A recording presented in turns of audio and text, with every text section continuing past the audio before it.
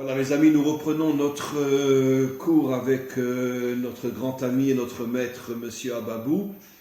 Et je voulais juste faire une toute petite introduction. Comme vous le savez, on a lancé sur le site la publicité pour le livre de Monsieur Ababou, qui est un livre absolument hors du commun. Et j'avais fait une petite vidéo, mais entre-temps, il y a tellement d'autres vidéos qui ont pris la place que ma petite vidéo de publicité sur son livre-là n'est plus tout à fait visible. Je vais la relancer, je vais la remettre en première position. Et donc, comme vous le voyez, c'est un hip-hop. Ça veut dire c'est pas une publicité constamment sur le site, mais elle apparaît de temps en temps.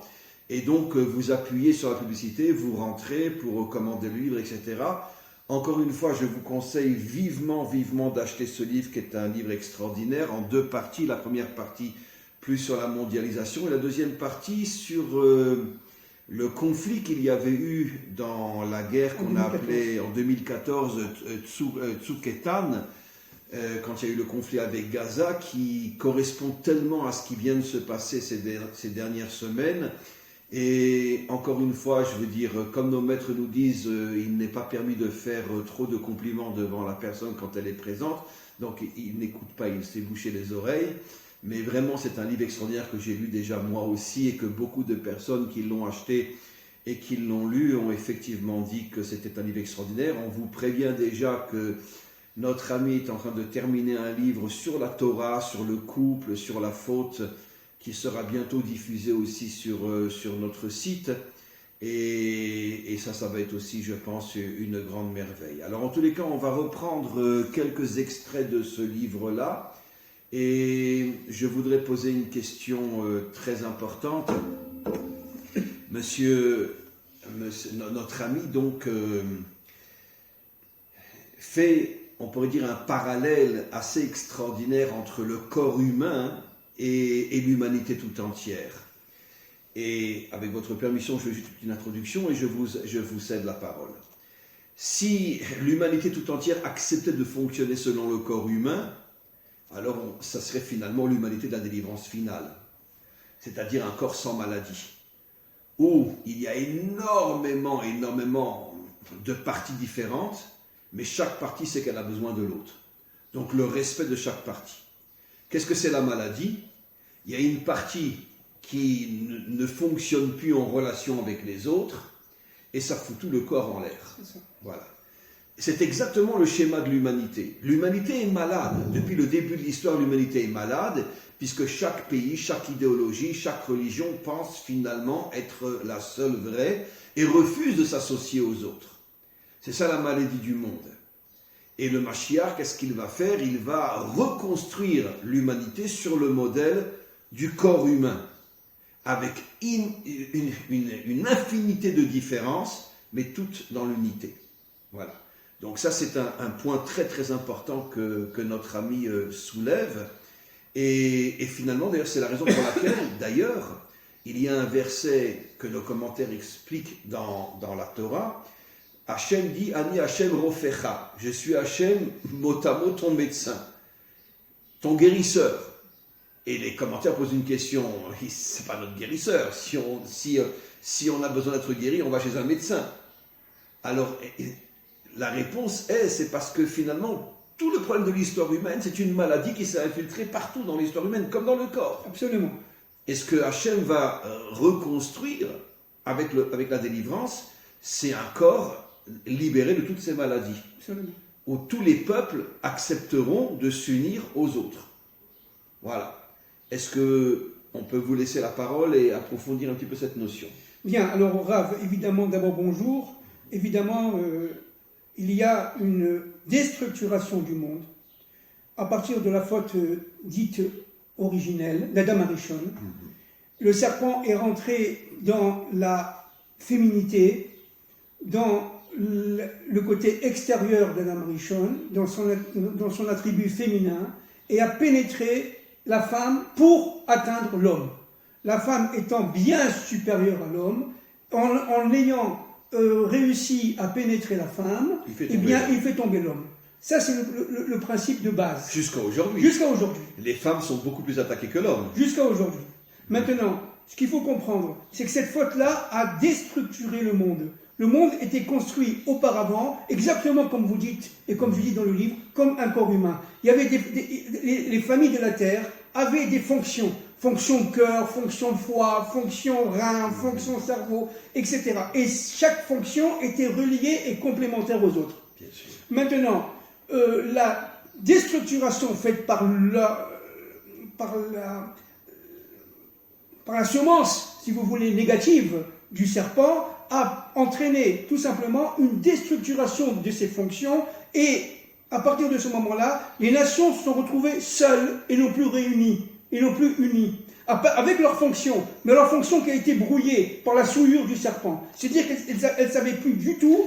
Comme un cœur qui n'accepte pas de recevoir le sang. Exactement. Donc, C'est exactement ça. C'est exactement ça.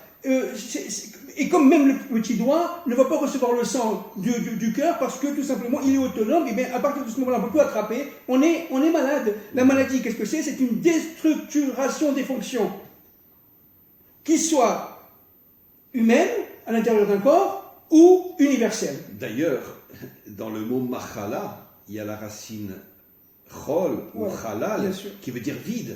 Il y a un vide. Voilà. Il y a un vide dans le monde. C'est ça. Il n'y a plus d'unité. C'est ça. Alors, cette fonction qui va revenir, Bezrat Hashem, au niveau universel avec le Mashiach Ben David, est une fonction que nous attendons, que véritablement est la source, tout simplement, des remèdes de toutes les maladies. À partir de ce moment-là, si vous voulez, excusez-moi l'expression, les médecins, on n'en aura plus besoin. Parce que tout simplement, la maladie va disparaître.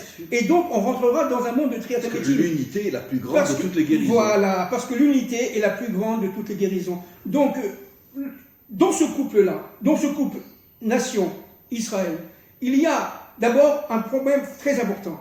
C'est... Juste pour vous interrompre, excusez-moi, mais ça me rappelle que le Rabbi Lubavitch disait quelque chose d'extraordinaire dans un écrit de Chassidut. Il disait, on n'aura plus besoin dans la délivrance des médecins pour guérir, mais on aura besoin d'eux pour surveiller que l'homme ne fait plus de bêtises. Oui, c'est ça, c'est voilà. Exactement. C'est ça. Les médecins ne seront plus là pour guérir, mais seront là pour surveiller le monde, continuer à vous comporter dans l'unité. Exactement, exactement. Alors, c'est exactement ça. Alors, mais chacun sera capable de s'autodiscipliner aussi. C'est-à-dire que chacun rentrera dans sa propre lumière. Chacun, je parle du monde universel et pas seulement du monde juif, bien entendu. Sûr, et chacun aura sa propre lumière qui est en lui, mais enfouie, voilée, pas éteinte, mais enfouie et voilée.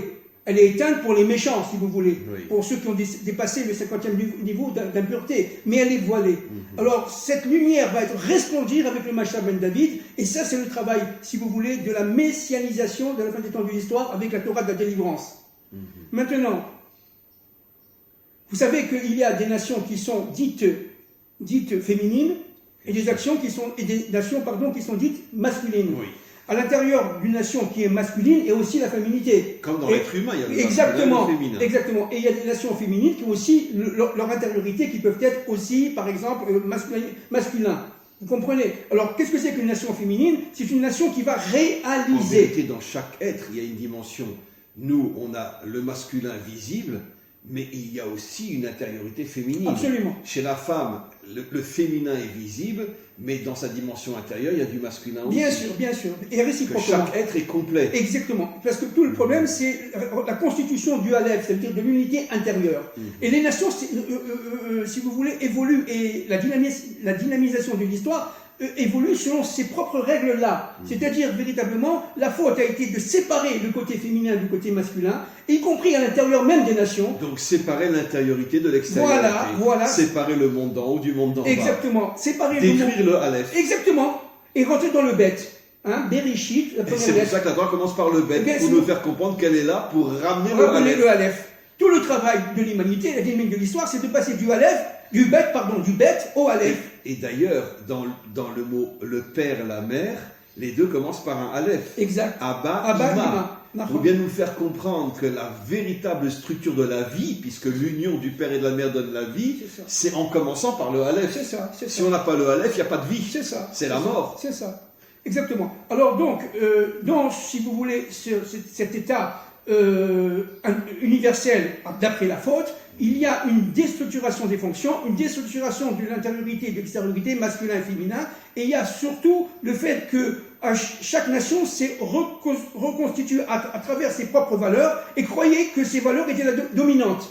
Donc ce sont toutes les civilisations, ce sont les empires. C'est comme si le foie disait j'ai pas besoin du cœur. Voilà, exactement. Les poumons disaient j'ai pas besoin des jambes. Exactement. C'est de la folie. C'est de la folie. Non mais au niveau du corps, on le comprend que c'est de la folie. Mais comment le monde c'est peut être à ce monstrueux. point bête? Mais parce que c'est monstrueux. Pourquoi? Mais comment on a pu tomber dans une telle bêtise? Je veux dire, j'ai pas besoin des autres. Je vais vous répondre là. Parce qu'il y a une logique interne dans le mal. C'est-à-dire, véritablement, on se complaît dans le mal. On ne le voit plus. On pense tout simplement que dans le mal, il y a le bien. Et donc, ce qu'on fait, ce qui se passe à l'intérieur d'elles-mêmes, les nations, eh bien, elles sont assurées qu'elles ont la vérité. Et donc, c'est là, au cours de tous les despotismes, les civilisations, jusqu'à l'arrivée du Mashiach ben David, on doit comprendre, en fin de compte, qu'elles étaient dans la dualité et qu'elles étaient malades. Elles étaient malades. Les nations sont malades. Maintenant, le couple réparateur. Quel est le couple réparateur? Le couple initial, ontologiquement essentiel, absolument épine dorsale de la messianisation du monde. Rav, je vous le dis, c'est le couple France-Israël. Alors, il faut comprendre qu'est-ce que c'est que la France, en un mot. Alors, la France... Le prophète Obadiah dit que la délivrance viendra de France. Oui. Alors, qu'est-ce que c'est que la France? La France est d'abord, dans son nom, Mitzraïm. Vous avez la racine en hébreu, tsar. Tsar, Tsarfat, d'accord? Tsar, c'est un des noms secrets du Satan. Il faut le savoir, ça. Hein? Donc, et la France, qui est Tsarfat, a cette racine, tout simplement, du monde, entre guillemets, de l'étroitesse, de l'Égyptien. Pat, c'est la valeur numérique de Lilith. Oui. Bien sûr. J'allais venir. Donc, en vérité, le mot de Tsarfat fait allusion à toutes les forces du mal. Voilà, exactement. Alors, qu'est-ce qui s'est passé? Il s'est passé que, pendant la faute d'Adam Arishon, le serpent, par sa souillure, a pénétré la femme, l'a séparée, comme on l'a dit tout à l'heure, de l'homme, et la femme va resplendir, n'est-ce pas, dans un monde de désir, de plaisir, de paraître. Ça, c'est l'extériorité de la France. Et la France, c'est l'habit, le parfum, la nourriture. Mais ce que vous dites, c'est extraordinaire. C'est pourquoi, en vérité, au niveau des peuples, la France est le pays qui est peut-être le plus tombé. Parce que c'est lui qui portait la plus grande lumière. Exactement. Et le serpent s'attaque à celui qui peut libérer le monde. Exactement ça. C'est exactement ça. Donc c'est pas que la France est démentielle. Non, pas du tout. C'est parce qu'elle avait un potentiel énorme qu'elle a été attaquée. Exactement. Donc maintenant on revient à ce qui se passe. Alors qu'est-ce qui s'est passé? Il s'est passé qu'en fin de compte, cette France-là représente l'ensemble des exils pour Israël. C'est l'Égypte, c'est le monde de l'Égypte, le monde de l'étroitesse, le monde de la rationalisation de l'histoire, le monde de la science, bref. Elle est pénétrée du monde d'Elohim. Elle est enfermée dans le monde de la nature. Elle ne peut plus, elle ne respire plus, elle a une problématique intérieure. Les premiers qui ont séparé l'Église de l'État, c'est les Français. Voilà, on revient donc à la Révolution française. Que s'est-il passé en gros? Parce qu'on peut parler des milliers d'heures là-dessus. Qu'est-ce que c'est que la Révolution française? C'est en fin de compte le fait que le serpent a pénétré la femme, donc, et a réussi à commencer à pénétrer l'homme.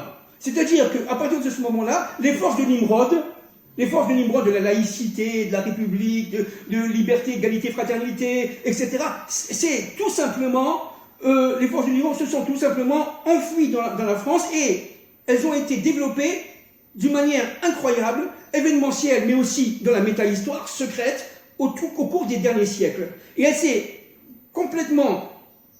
se sont complètement accélérées durant les 50 dernières années, depuis le général de Gaulle, depuis 1967 exactement.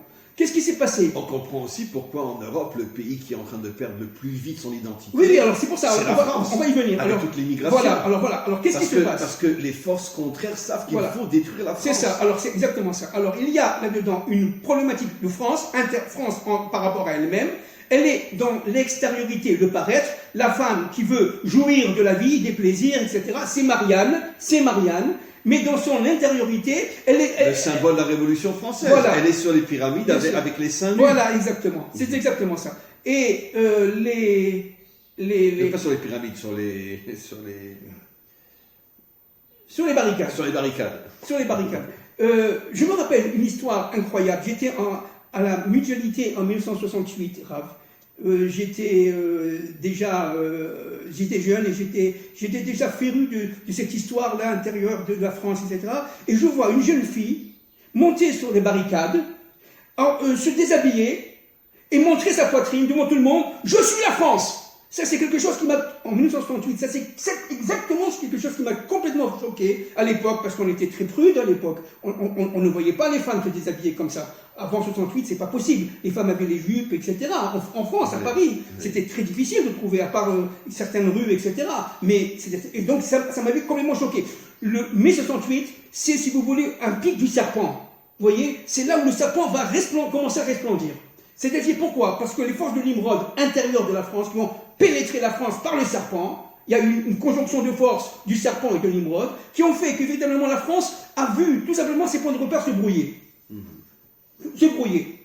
Donc, elle ne peut plus être elle-même. Depuis ce moment-là, depuis les années 60 jusqu'à aujourd'hui, elle se cherche, elle ne trouve pas de réponse. Pourquoi? Parce que la France, par rapport à Israël, forme en fin de compte un couple qui, à la fin des temps de l'histoire, normalement, j'y reviendrai tout à l'heure, normalement se reconstituera pour former le Aleph, l'union de l'universel. Parce que la France représente l'ensemble des mondes de l'Égypte.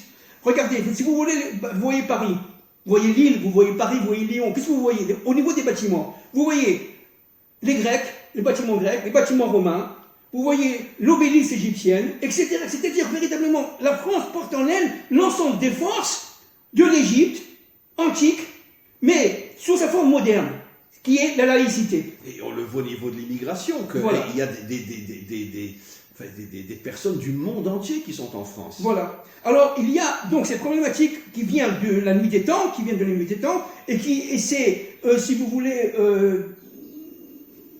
développée à partir de la Révolution française, n'est-ce pas? C'est cette problématique de la laïcité qui, pour moi, est synonyme d'idolâtrie.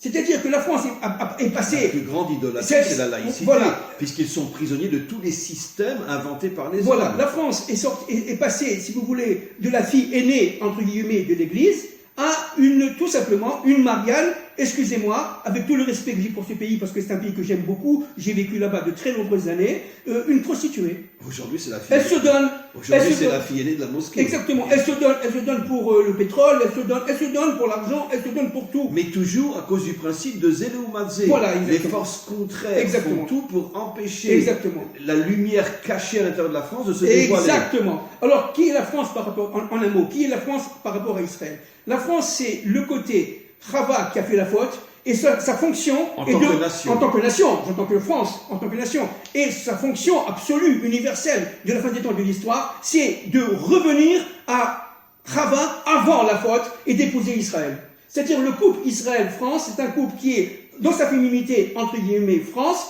et dont son principe directeur masculin, c'est Israël. Vous savez, Israël, attendez là, reçoit donc la chorma, la connaissance de Dieu, en tant que Dieu étant, entre guillemets, si on peut parler comme ça, on l'a dit l'autre fois, par attribut masculin, Israël devient féminin, et en tant que féminin, elle va devenir masculin par rapport à l'universel, par rapport à la France. La France, Israël reçoit de Dieu, devient masculin, et la France qui est féminine va recevoir d'Israël. C'est ça le projet directeur de la fin des temps de l'histoire. Maintenant, la France a un grave problème. C'est pour ça qu'Obadia dit que la délivrance viendra de France. Oui. Ça veut dire que c'est la féminité qui va construire le Meshiach. Exactement. La féminité au niveau des nations, c'est la France. C'est exactement ça. C'est exactement ça. Juste pour vous interrompre, regardez, pour confirmer ce que vous dites, regardez, au moment de la Deuxième Guerre mondiale, la France s'est coupée en deux. Bien sûr. Pétain, De Gaulle. Et l'affaire Dreyfus aussi. Et l'affaire Dreyfus aussi. Bien sûr. Et en vérité, Israël renaît grâce à l'affaire Dreyfus. Voilà. Et ça se passe en France. Mais c'est pour ça que Dieu a mis Herzl à Paris. C'est pour ça que Dieu a mis Herzl à Paris. Vous savez, Herzl était quelqu'un qui cherchait en tant que juif, il était assimilé, mais en tant que juif, il cherchait la réponse à la libération d'Israël.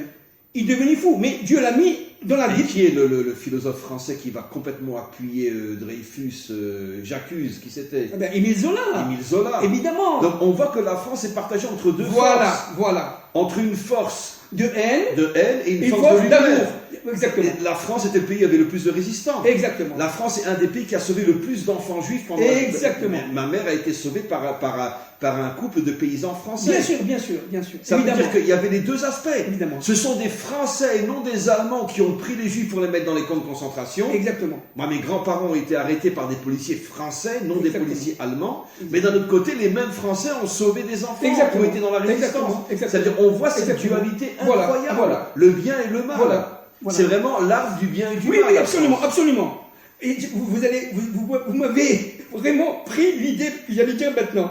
La France est exactement la représentation dans notre monde de l'arbre de la connaissance du bien et du mal. Elle est en problématique incroyable. Regardez, je vais vous donner un exemple.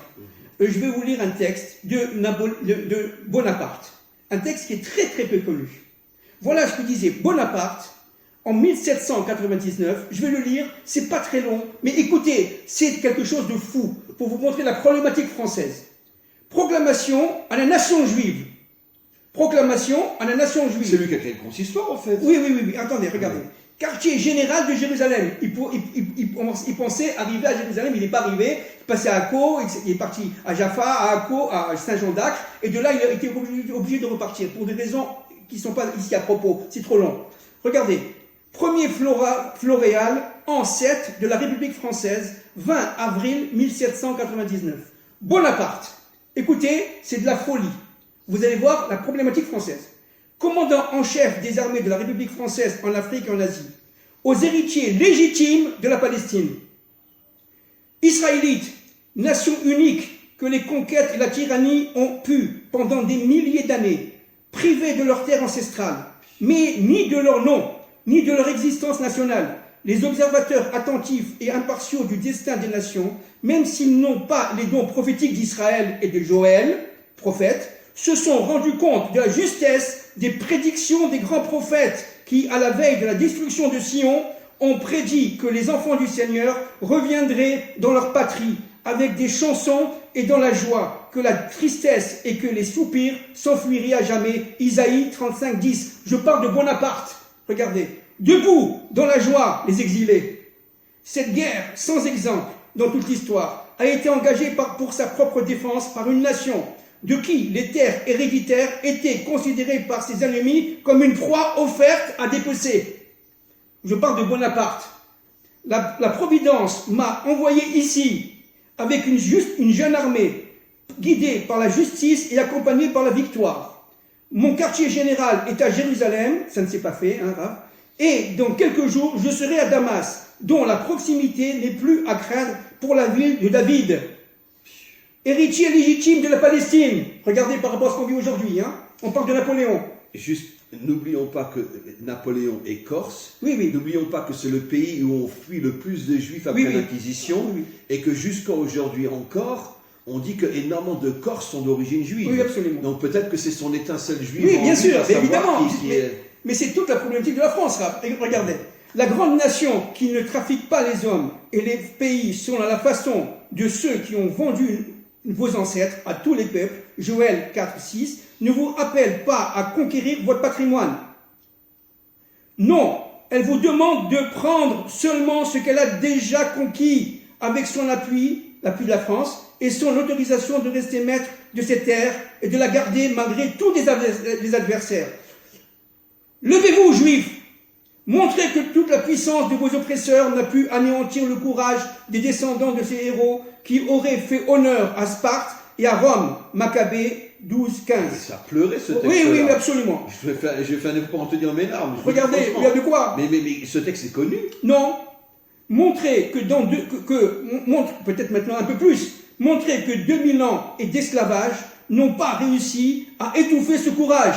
Hâtez-vous, dit Bonaparte. C'est le moment qui ne reviendra peut-être pas d'ici 1000 ans de réclamer la restauration de vos droits civils, de votre place parmi les peuples du monde. Vous avez le droit à une existence politique en tant que nation. Vous vous rendez compte qu'est-ce qu'il dit il y a 200 et quelques années? D'accord? En tant que nation, parmi les autres nations, vous avez le droit d'adorer librement le Seigneur selon votre religion. Joël 4, 20. Nota bene, le 16 août 1800, Napoléon déclara « Si je gouvernais une nation juive, je rétablirais le temple de Jérusalem, de Salomon. » On parle de la France de Napoléon Bonaparte. Mais juste... Bon, alors attendez. Laissez-moi vous interrompre. Oui. Regardez. Les fondations du retour d'Israël sur sa terre viennent de France. Herzl à Paris quand il fait l'affaire Dreyfus. Absolument. Et qui a le milliardaire qui a aidé avec des milliards à reconstruire Israël? C'est le Rothschild de France. Absolument. Il y avait un Rothschild en Autriche, un Rothschild à Londres et un Rothschild en France. Edmond de Rothschild. Absolument. Qui a reconstruit Zichron Yaakov, toutes les villes. Qui a donné de l'argent pour tout reconstruire?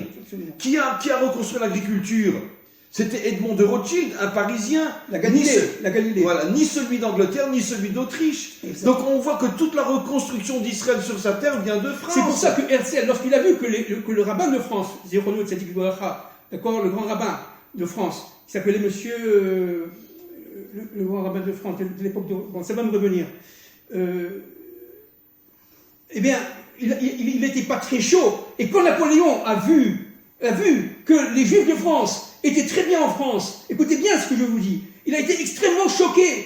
Il se retournait vers les délégués des rabbins de cette époque-là, en leur disant, dans ces cas-là, nous allons construire le Sanhédrin à Paris. Consistoire. Le consistoire. Puisque vous ne le voulez pas à Jérusalem, on va le construire à Paris. Et regardez, écoutez bien ce que je vous dis. Deux choses terribles. Il se retourne vers le marquis de Clermont-Tonnerre, qui était à l'époque un noble qui avait réussi à se sauver de la Révolution française, à être libéré des crocs de la Révolution française. Et il lui a dit, monsieur le marquis, je voudrais que vous fassiez une étude très profonde sur les Juifs en France. Et au bout de quelques mois, il vient le voir, il lui dit comme ça, c'est pas difficile. La situation des Juifs de France, elle est la suivante. Monsieur Napoléon Bonaparte, empereur des Français, rien en tant que nation, tout en tant qu'individu. Je répète, rien en tant que nation, tout en tant qu'individu. C'est-à-dire, véritablement, c'est exactement le contraire de ce que voulait Napoléon. Voilà la problématique de la France. Attendez, j'ai pas fini. En 1806, à peu près... Juste, excusez-moi de vous interrompre, n'oublions pas aussi que, ayant traversé tellement de souffrances et de massacres, les endroits où les Juifs ont trouvé un peu de repos, et ils ne pensaient plus qu'à eux. Parce que n'oublions pas qu'il y a eu quand même, même en France, au Moyen-Âge, des massacres de Juifs, les croisés, quand ils sont partis à Jérusalem, toutes les communautés juives sur leur passage, ils ont mis tous les Juifs dans les synagogues, les ont brûlés vifs. Donc, il faut aussi, malgré tout, je n'excuse pas, attention, mais comprendre qu'un homme qui a tellement souffert, quand on lui propose un bon repas, il ne pense plus qu'à ça. Bien sûr, bien sûr, bien sûr. Pour les Juifs de France de cette époque-là, attention, pour les rabbins de France, c'était la libération grâce à la Révolution française. Ils ont vraiment, il y a eu une problématique incroyable avec Napoléon. Est-ce que c'est le Messie, oui ou non? Ça a été vraiment chez les rabbins de cette époque-là le grand problème. Même Rabbi Nachman de Braslav, entre parenthèses, il a entendu ce que faisait Napoléon, il s'est posé la question si c'était pas le Messie qui est arrivé. Parce que, encore une fois, cette France, elle a un double visage. Elle a un visage d'amour, regardez la lettre qu'a écrit Napoléon, et un visage de haine, regardez ce qu'a dit le marquis de Clermont-Tonnerre.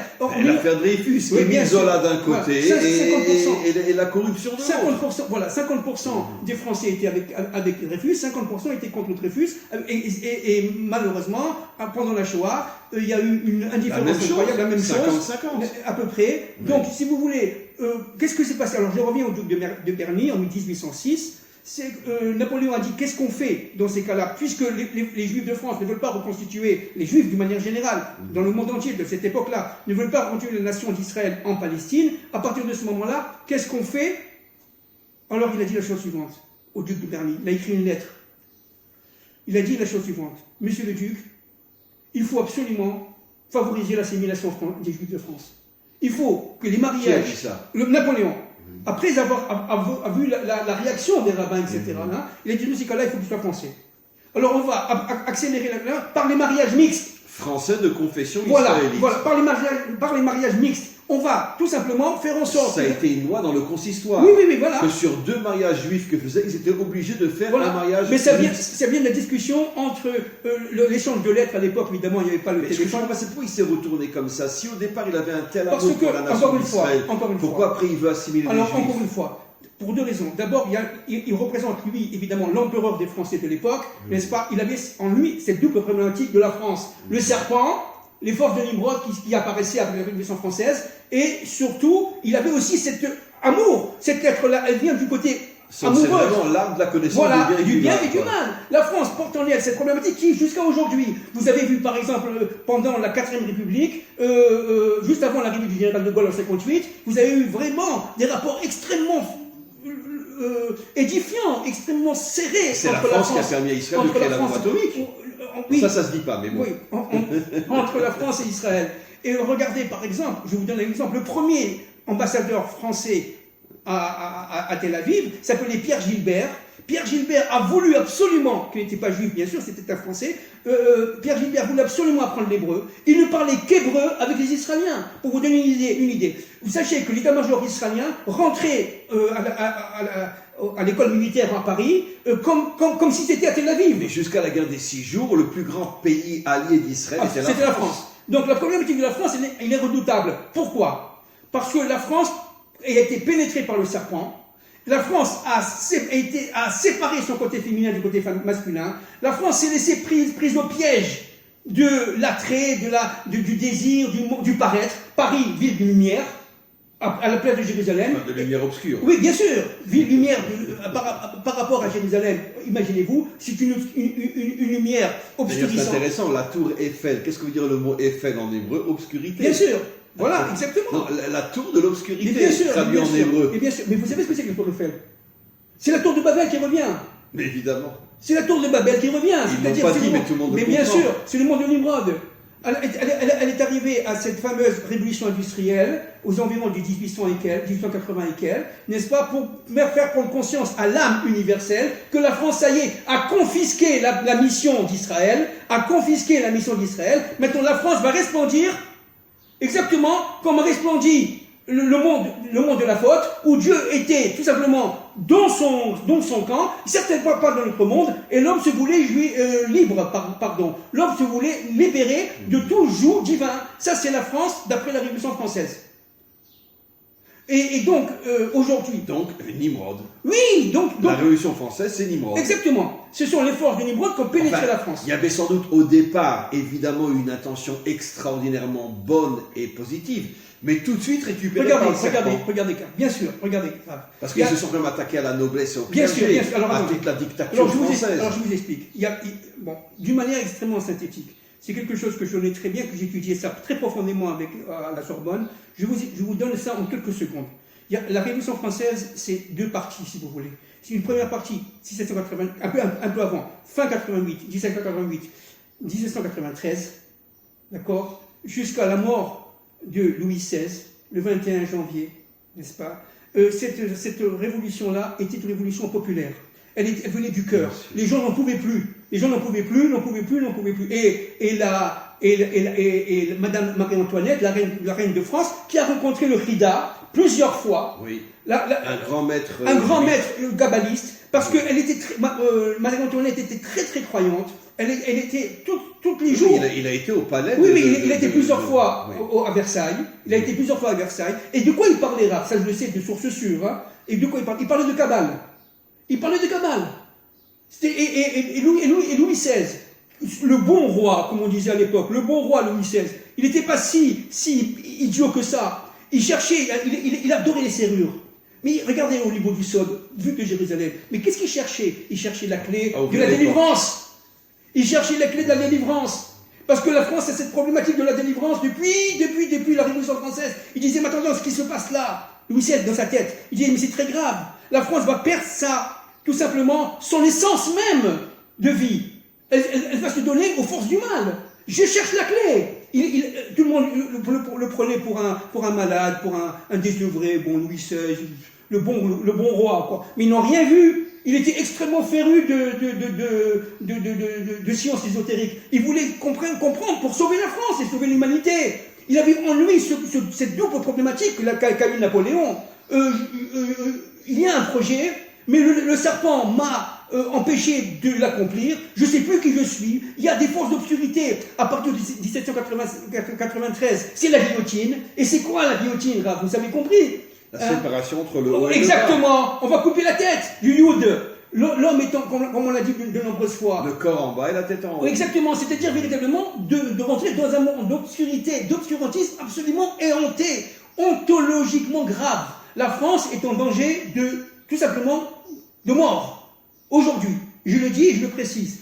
Pourquoi? Parce qu'elle va jusqu'au bout de sa désintégration intérieure. Elle est aujourd'hui rentrée dans une telle désinformation, regardez, il y a ici un texte que j'ai marqué, ça c'est le livre qui sortira, Bezrat Hashem, quand Dieu veut, Bezrat Hashem. Regardez, Stéphane Jouffa voilà, Mena Presse, d'accord, un journaliste, le 15 janvier 2017, c'est-à-dire aujourd'hui, il y a quelques années, relève le travail sourd, secret, infâme de cette France contre le plan divin. La France mène une guerre froide contre l'État hébreu, sans que ce dernier ne riposte, et le conduise à son tour contre l'action belliqueuse de l'agresseur. L'objectif de la France consiste à affaiblir Israël afin que sa taille soit réduite, qu'elle veut diviser Jérusalem en deux, qu'elle abandonne une partie de sa capitale et qu'elle se retire sur des frontières indéfendables. Les armes de cette guerre sont principalement de deux sortes, dit M. Jouffa. Diplomatique et médiatique, en s'appuyant sur une agence de presse étatique, l'agence France Presse. Les manifestations les plus monsongères qu'il y a eu pendant le dernier conflit, c'était en France. Voilà. Et monopolistique, ainsi que par un réseau de médias publics qui est omniprésent et exagérément développé. Tout le vocabulaire employé à l'ONU et par l'AFP, l'agence France Presse, est reproduit tel quel dans la presse tricolore. Il n'y a plus de sens critique. L'expression sélectionnée par les généraux du Quai d'Orsay, je finis, s'inscrit strictement dans cette dialectique cela commence par l'usage excessif des mots colonie, des mots colons, etc., etc. Bon, il s'agit tout simplement d'une offensive de mort. Par contre, les Français ne sont pas des colons. Bien sûr. Ils ont volé la Corse, bien sûr. La Guadeloupe, la Martinique, la Réunion, Madagascar à l'époque, etc. C'est pas des colons. Bien sûr, bien sûr. Voilà. Bien sûr. Alors, combien de pays aujourd'hui en dehors de la France sont sous régime français? Bon, je suis trop long, mais c'est extraordinaire parce que tout simplement, la France est en premier plan du combat secret, rusé, le combat du serpent, avec le sourire. Nous sommes ces deux aspects qu'il y a en France de la dualité. Alors, d'un autre côté, c'est précisément en France, moi je le sais par mes cours, qu'il y a un réveil au niveau du peuple français. Voilà. Et un amour pour Israël inimaginable. Moi, ce sont tous mes élèves en France, etc., qui ne sont pas juifs. Mais c'est inimaginable, cette révolution qui vient du bas en France. C'est ça. Inimaginable. Et c'est ça qui... C'est toujours ces deux aspects. Voilà. Maintenant, on arrive à la croisée des chemins. Grave. Pourquoi? Parce que je vais vous expliquer de manière un peu plus profonde. Les Juifs de France sont des Français. Nous, moi, d'accord? Moi, je suis français, de nationalité. Je suis israélien et français. Bon, les Juifs de France qui sont venus en Israël représentent la France. Écoutez-moi bien, s'il vous plaît. Les forces de la France sont rentrées ici en Israël. Ils sont rentrés à Jérusalem. Dans le quartier, il y a énormément de Juifs de France. Ici, à Jérusalem.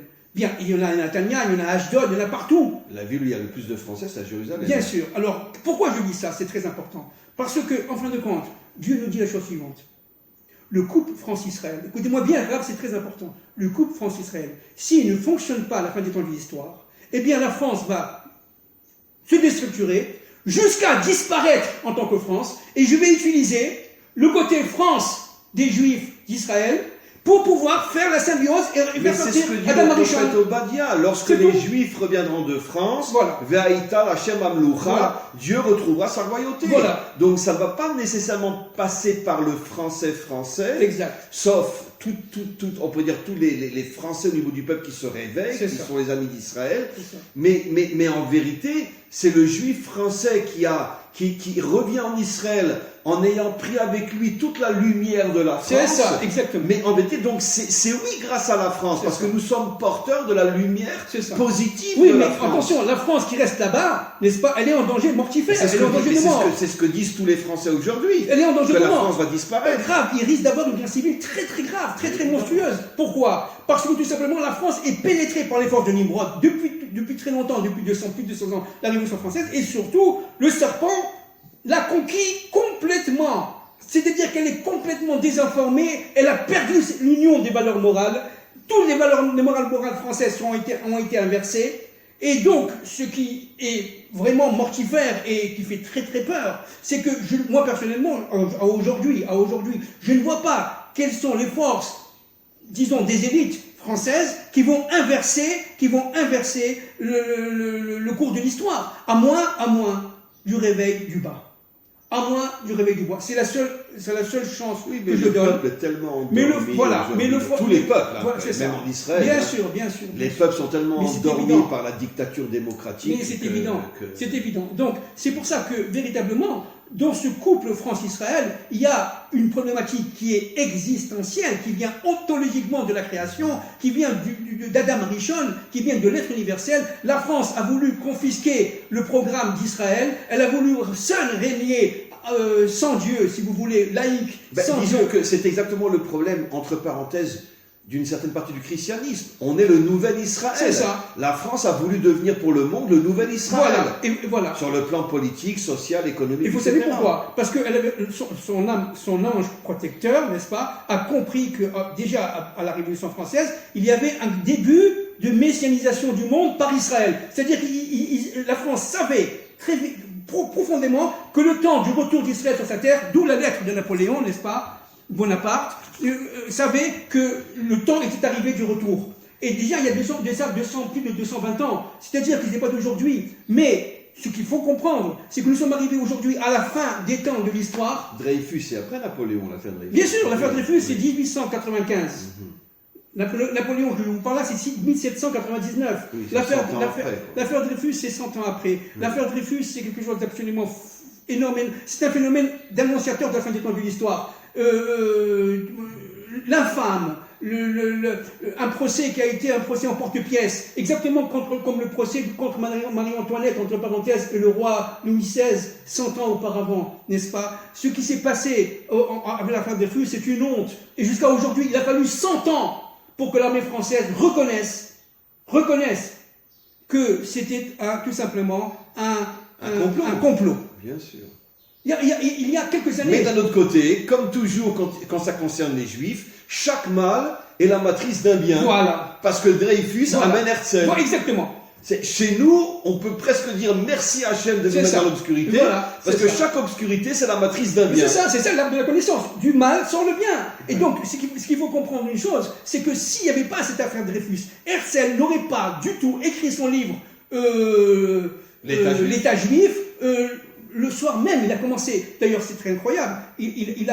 Herzl, regardez, je vais vous donner une anecdote qui est très très peu connue. Herzl était tout simplement en problématique intérieure. À un moment donné, il disait on va tous se devenir chrétiens, sauf lui.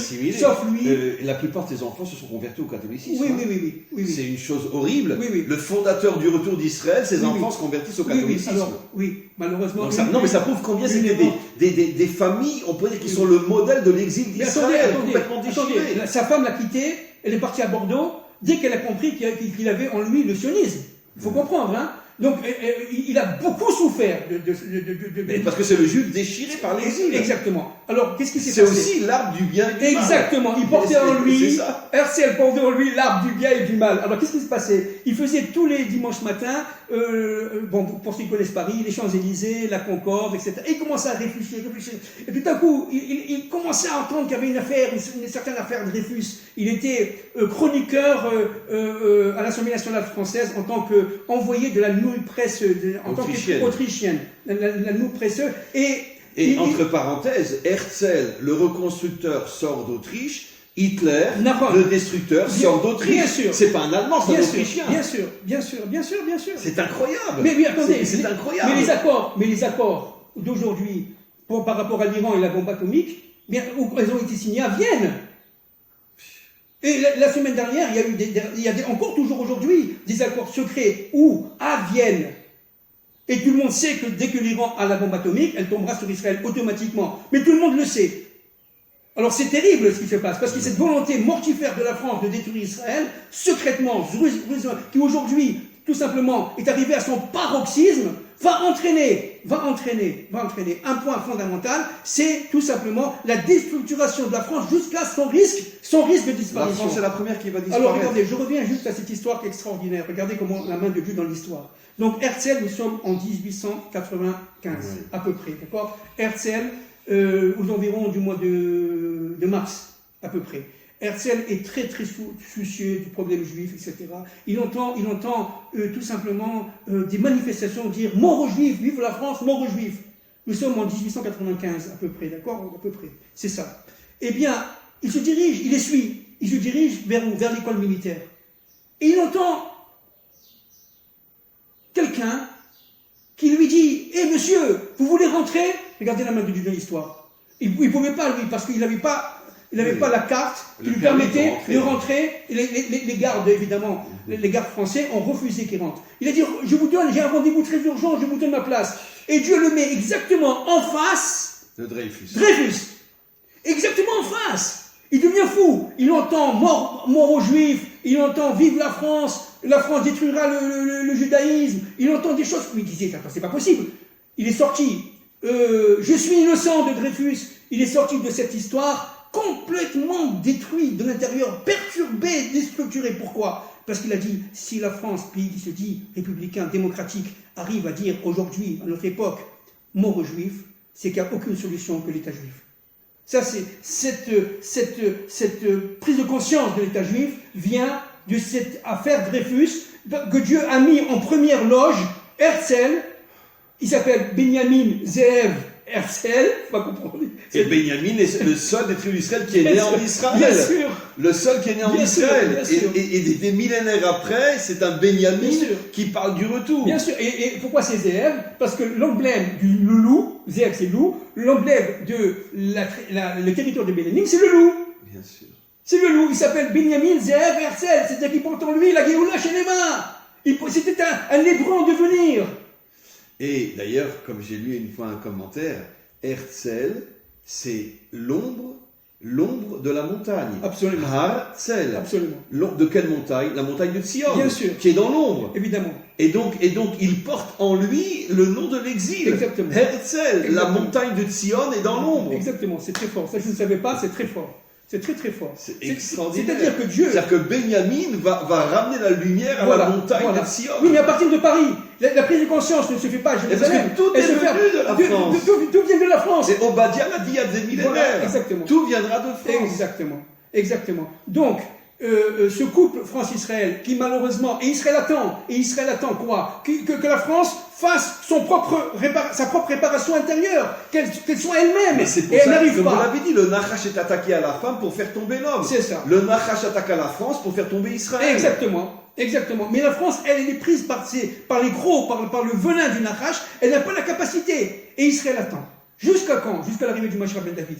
Donc le temps presse. Il faut que la France se réveille. Il faut que le couple se refasse. Parce que, encore une fois, si le couple ne se fait pas, parce que la France va tout simplement, dans sa structure d'aujourd'hui, disparaître, je dis bien disparaître, à partir de ce moment-là, il y a les Juifs de France qui sont revenus en Israël, ils vont faire l'union des contraires en Israël, le côté extérieur c'est les Juifs de France, le côté intérieur étant Israël, et à partir de ce moment-là, Adam Arishon sort, le Mashiach ben David sort. C'est pour ça que la France est sur la sellette, c'est un nœud gorgien.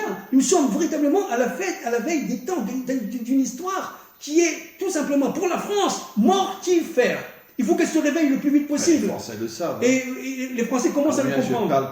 Je parle avec combien de Français non-juifs qui me disent Rav, on va tous disparaître. Ah, c'est très grave. On va tous disparaître. Bien sûr. Parce que la France n'a pas réussi à rejeter le serpent de l'histoire et à rejeter les forces de Nimrod pour être elle-même. La France, en tant que France, c'est le monde de l'Égypte, on l'a dit tout à l'heure, mais un monde de l'Égypte qui avait la capacité, comme Pharaon, de reconnaître le Dieu de l'histoire. Mais là, semble-t-il, elle le va jusqu'au bout de sa propre infamie. Regardez, même la fin de la Deuxième Guerre mondiale, c'est passé par la France, le débarquement en Normandie. Mais évidemment. Ça veut dire qu'il y a des messages qui sont envoyés dans ça veut dire que le bien comme le mal, toujours ça passe par la France. Absolument. C'est pour ça que la France... Parce que là, On délivre l'Europe grâce au débarquement en France. C'est pour ça que la France doit se réveiller. Mais c'est très grave. C'est une question vraiment de jours, de semaines, de mois, d'années, maximum. C'est vraiment, nous sommes arrivés à la fin du nœud gordien. La France, ça passe ou ça casse. Et donc il faut faire un appel, y compris aux Juifs de France. Je fais un appel aux Juifs de France. Réveillez-vous comme a fait Napoléon Bonaparte il y a 220 ans. Napoléon a dit aux Juifs de France, revenez en Eretz Israël. La situation est très grave. Je l'ai dit récemment dans un cours que ceux qui empêchent le plus la délivrance, c'est les Juifs qui restent en France. Puisque le prophète Obadiah a dit clairement que le dévoilement d'Hachem comme roi dépend du retour des Juifs de France. Bien sûr. Donc chaque Juif qui reste en France est le premier responsable de tous les malheurs du monde. Exactement. D'où la responsabilité, entre parenthèses, des chefs de communauté et malheureusement, des rabbins. Qui font tout pour empêcher. Et c'est leur parnassa. Bon, oui, d'accord, mais c'est très grave. C'est leur salaire. Hein. Oui, mais c'est très grave. Vous comprenez bien que c'est très grave. Parce que Dieu attend, mais il n'en peut plus d'attendre. Il attend que le couple essentiel, ontologiquement primordial, France-Israël, se refasse. Et si la France n'est pas capable, parce qu'elle est tombée à un niveau d'infamie et d'obscurité et d'impureté tel qu'elle a dépassé le 50e degré d'impureté, eh bien, il y a les Juifs de France pour sauver la France quelque part. Et la remplacer. Voilà, donc la problématique, elle est absolument fondamentale. Je tenais à faire cette intervention parce que nous sommes à la veille, tout simplement, de phénomènes extrêmement graves en Europe et en France. Non, ce sont des messages absolument incroyables et ça confirme encore une fois tout ce qui a été dit aujourd'hui, tout ce que vous avez dit, confirme finalement une prophétie qui date de millénaires, la prophétie d'Obadiah. Qui dit clairement que la réparation de la France amènera la délivrance finale. Exactement. Je pense sincèrement, parce que je le vois sur le terrain, qu'il y a un réveil inimaginable au niveau de la population française. Bon, toujours le bien et le mal. Ah, mais les élites, mais le problème, c'est les dirigeants. Mais comme en Israël, les dirigeants aujourd'hui, c'est la grande mafia du monde qui fait tout pour affaiblir les peuples. Absolument. Mais grâce à Dieu, on voit partout dans le monde une partie du peuple qui se réveille. Absolument. Et la délivrance viendra grâce à ce réveil du bas. Absolument. Comme dit le verset, Ish Tsemar ou Mitarta Mitzmar, la délivrance va pousser du bas vers le haut. Exactement. C'est des peuples que viendra la Géoula. Ah, mais pas des dirigeants et pas des rabbins. Mais attention, le combat contre la mondialisation, tout ce qu'on a dit les fois précédentes, évidemment, est de cours aujourd'hui. C'est-à-dire, véritablement, attention, il s'agit d'un problème universel de se battre contre le serpent de l'histoire qui est universel, qui n'est pas français. N'est-ce pas? On le retrouve partout, dans le monde. Zohar dit clairement que la première chose que fera le Mashiach lorsqu'il va se dévoiler, c'est réveiller les peuples pour les amener à ses côtés pour partir en guerre contre tous les tyrans du monde. C'est exactement ce qui s'est passé et ce qui pourrait se passer. Mais ça va aller très vite. Hein. La dynamique de l'histoire s'accélère jour après jour. Voilà. Merci beaucoup pour ces dévoilements absolument incroyables aujourd'hui. J'avoue que, comme je vous le dis à chaque fois, qu'à chaque fois qu'on fait un nouveau cours, j'oublie les précédents. Bien qu'ils sont inoubliables, mais chaque cours est tellement fort que je transmets un dernier message avec la permission de notre cher ami. Tous ceux qui écouteront ce cours, juifs et non-juifs, vous, juifs de France qui écoutez ce cours, prenez conscience une fois pour toutes que vous êtes malheureusement, inconsciemment, ne pensez pas que je vous accuse, même si j'ai dit des mots forts tout à l'heure, mais inconsciemment, comprenez que vous êtes directement liés à l'exil. Parce que le prophète Obadiah a clairement expliqué, et regardez les commentaires, Rashi, le Radak, tous disent que le mot Tsarfat utilisé par le mot Obadiah fait allusion à France. Et donc, tant qu'il y aura une grande partie de juifs en France, le Mashiach ne se dévoilera pas. Donc vous portez sur vos épaules la responsabilité de tous les malheurs du monde. Exactement. Revenez. Exactement. Et maintenant je m'adresse à tous les Français, tous ceux qui sont du côté du bon côté de l'arbre de la connaissance du bien et du mal. Réveillez-vous, prenez conscience que vous devez sauver votre pays. Exact. Et grâce à votre réveil, se recréera le couple Israël-France. Exactement. Et la délivrance viendra. Exactement. Merci beaucoup pour cette intervention inimaginable, mais vraiment prophétique, et que l'on puisse mériter dans notre génération de voir la reconstruction de la véritable France et le retour de tous les Juifs français en Israël. N'oubliez pas Victor Hugo, n'oubliez pas Émile Zola, N'oubliez pas tous ces justes des nations qui ont sauvé pendant la Shoah, qui n'étaient pas juifs, ces protestants qui ont sauvé pendant la Shoah, des milliers de personnes. N'oublions pas, aussi. Beaucoup de catholiques, évidemment. N'oublions pas. Ma mère a été sauvée par une famille catholique. Mais bien sûr, n'oublions pas qu'en France, il y a des gens extrêmement bien. Et il faut les sauver, il faut les réveiller. Que ces gens bien viennent tout simplement par leur force intérieure, la lumière qui est dans eux, viennent tout simplement réveiller les autres.